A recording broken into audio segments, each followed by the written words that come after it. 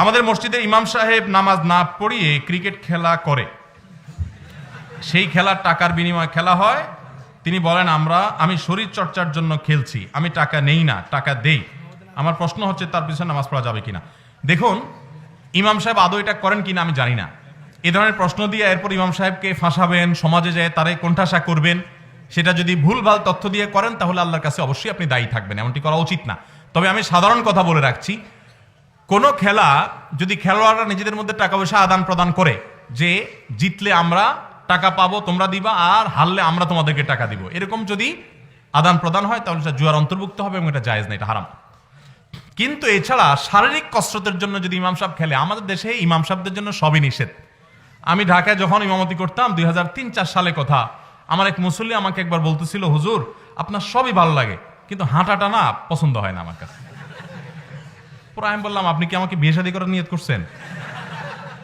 এটা তো কোনো মেয়ে দেখতে গেলে মানুষ এসব বলে টলে, এটা কোন ধরনের কথা যে ইমাম সাহেবের হাঁটা আপনি খুঁজতেছেন? আপনি আমার কথাই না শুনবেন।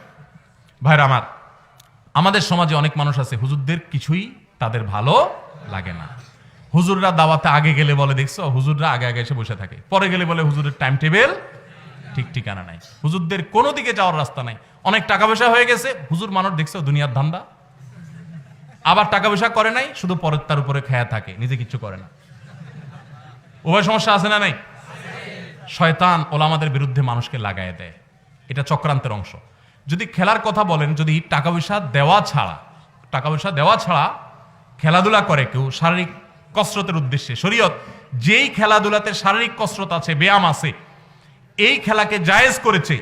যদি কখনো জেহাদের প্রয়োজন হয় তাহলে আমি নিজের শরীরকে ফিট রেখে আল্লাহর রাহে আমি লড়বো, এই নিয়ত করে যদি সে শারীরিক কসরত করে তাহলে এটা তো ইবাদত হবে। কথা বুঝেন নাই?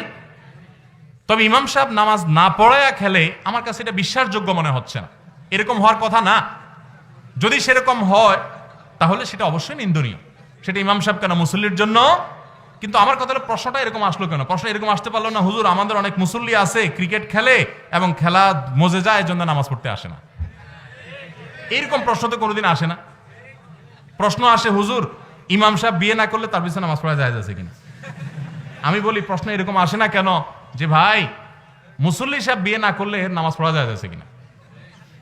ফতোয়া সব এদেশে দুই শ্রেণীর মানুষের ব্যাপারে, এক হলো মসজিদের ইমাম সাহেব, মুয়াজ্জিন সাহেব, আর একটা হলো মহিলা। এদের ব্যাপারে ফতোয়া সবচাইতে বেশি। গোসল ফরজ হয়েছে, এখন মহিলারা গৃহস্থলী কাজ করতে পারবে কিনা গোসল করা ছাড়া। কেন এই প্রশ্ন আসে না কেন? ছেলেরা দোকানদারি কাজের কাম করতে পারবে কিনা গোসল করা ছাড়া। তো এই সমাজে এরকম আমাদের কিছু কুসংস্কার আছে, আলেমদের বিরুদ্ধে আমরা সেরকম অনেক সময় লাগি। যদি কোনো আলেম এটা করেন, আল্লাহ না করুক, অবশ্যই তিনি নিন্দনীয় কাজ করছেন, তার জন্য এটা জায়েজ নাই নামাজে গাফিলতি করে খেলাধুলা করা। আমি আমার কথা বলতে পারি, আমি প্রতিদিন আলহামদুলিল্লাহ কমের পক্ষে 1 ঘন্টা খেলি।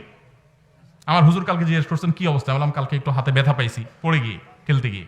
আমার ছেলেদের সাথে প্রতিদিন নিয়ম করে আমি 1 ঘন্টা খেলার চেষ্টা করি।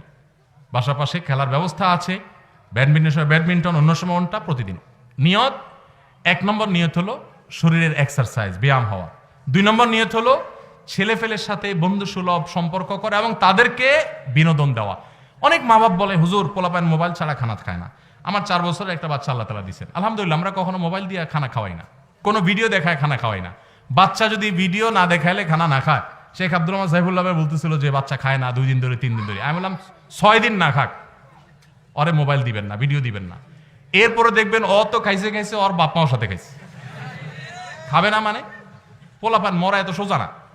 আমার এক নেপালি বন্ধু ছিল সৌদি আরবে, ওনার বাচ্চাদেরকে দেখতাম খাবারের জন্য কখনো জোর একবার ডাকতো, আসলে আসে না, আসে না। তো আমি একদিন বললাম যে ভাই কুই বাত হ্যায়, উর্দু কথা বলতে, বোলাও বাচ্চো কো, আব্দুর রহমান আব্দুর রবকে বোলাও, 2টা ছেলে ছিল। তো আমার বললো, ইয়ার পেট উনকা হ্যায় কে মেরা, পেট কি তার না আমার, ছোড়ো মগজ মারি, মানে মাথা নষ্ট কেন করতেছো। আমি অবাক হয়ে গেলাম। অনেক অভিভাবকরা, বিশেষ করে আমাদের ছোট ছোট বাচ্চা যারা আছে, 99% মানুষ হবে আমার ধারণা যে বাচ্চাদের মোবাইল দেখানো ছাড়া খানা। কারণ কি? কারণ বাচ্চাদের ফিজিক্যাল কোনো খেলার ব্যবস্থা আপনি, ওর তো কিছু একটা নিয়ে বেঁচে থাকতে হবে। আপনি তাদেরকে সময় দেন, খেলাধুলার ব্যবস্থা করেন, সাইকেল কিনে দেন, সাথে সাইক্লিং এর ব্যবস্থা করেন নিরাপদভাবে, সেরকম ভালো পরিবেশ দেন, এবং শারীরিক কসরতে সেরকম ব্যায়ামের খেলার ব্যবস্থা করেন। আপনি নিজে সময় দেন। আপনি নিজে ভূতের মতো মোবাইলে উপর হয়ে থাকেন, আপনার বউ একটার মধ্যে উপর হয়ে থাকে, তো বাচ্চাও তো আরেকটা নিয়ে বসবে, এটাই তো স্বাভাবিক।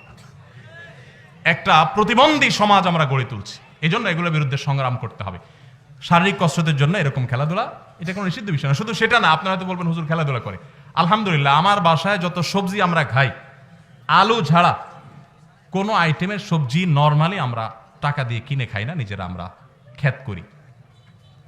আমি নিজে ঘন্টাকে ঘন্টা কোদাল দিয়ে কোপায়া তারপরে ঘাস সাফ করছি, হাজার ব্যস্ততার মধ্যে এটাকে একটা কাজ বানানিছি। একে তো ব্যায়াম হবে, ছেলে ফেলের একটা কাজে এঙ্গেজ থাকবে, ও তো মোবাইল চাইবেই না, ও তো ভিডিও দেখতে চাইবেই না, ও তো কার্টুন চাইবেই না। যখন সে দেখবে যে আমার বাপ মা কাজ করছে, আমিও কাজ করছি, আর কাজটাকে বিনোদন হিসাবে নিচ্ছি। আল্লাহ তাআলা আমাদের সবাইকে সুস্থ স্বাভাবিক জীবন দান করুন। অনেক লোক আছে দেখতে সুস্থ মনে হলো, মোবাইলে আসক্তিতে সে রীতিমতো নেশাগ্রস্ত হয়ে গেছে। এগুলোর থেকে বাঁচার জন্য বরং এক্সারসাইজ ভালো।